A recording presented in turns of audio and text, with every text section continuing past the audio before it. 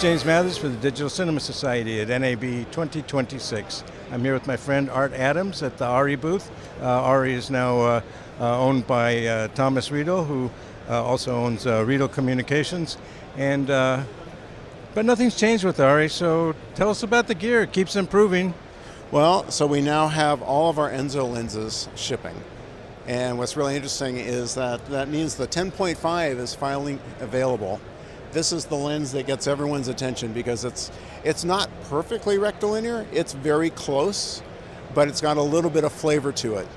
And it's really wide, it's got very good close focus. Close focus is about here.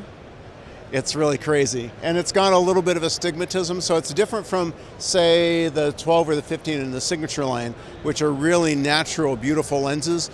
This one has a little bit more going on, so if you like a little bit more funkiness, this is a great lens, and because it costs significantly less than a signature, you can't make a signature for the same price that we're selling these for, so something has to go. But we tried to make it a nice, give it a nice character that you don't have in other ARRI lenses right now.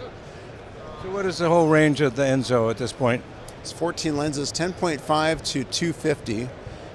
Yeah, it's a lot. Typical ARRI. We over-deliver. And the 250 is a 1.4 times and 2 times extender. That comes with it. So you basically get a 250, a 350, and a 500 in the same case. And they're really good. So before anyone asks, you can't use them on any other lenses. They're purpose-built for that 250, but they work really, really well. That 2X, I've shot a bird several hundred feet away, and you can just make out the color of its eye. I mean, it's really incredible quality. And the Ensōs, they cover full frame? Yes, large format. So designed originally for the Alexa 35 with its sensor in mind, but to cover the mini LFs.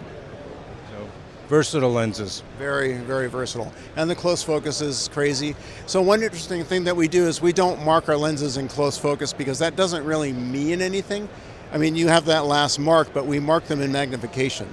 And the reason for that is, so if you have a lens and the entrance pupil is up here versus back here, and let's say we're photographing your face, and here's the lens.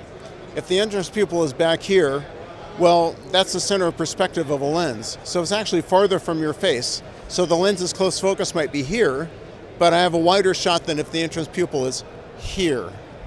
And that, get a much closer shot at the same close focus. So that's why we also add the magnification. All of the lenses are 1:4 except for the 14 and the 12, which you'd end up inside the lens if we did that. But generally, what we're telling you is every lens in the series, but for those two, will give you the same shot. It's about the size of a postcard. Well, I know you're always dealing with filters. Yes. What are you developing there? That's a good question, and I would love to get input on that. So I'm now the product manager for lenses, so it's kind of up to me, and I want people to tell me. So if you have ideas, if you have thoughts, even if you let me just know if you want more rear optics for Ensōs and signature primes. Anyone can email me at lenses@arri.com. That comes straight to me, and just tell me what your interest level is and what you'd like to see. And if we get enough interest, then we'll make something cool. Thank you very much, Art. Thanks very much.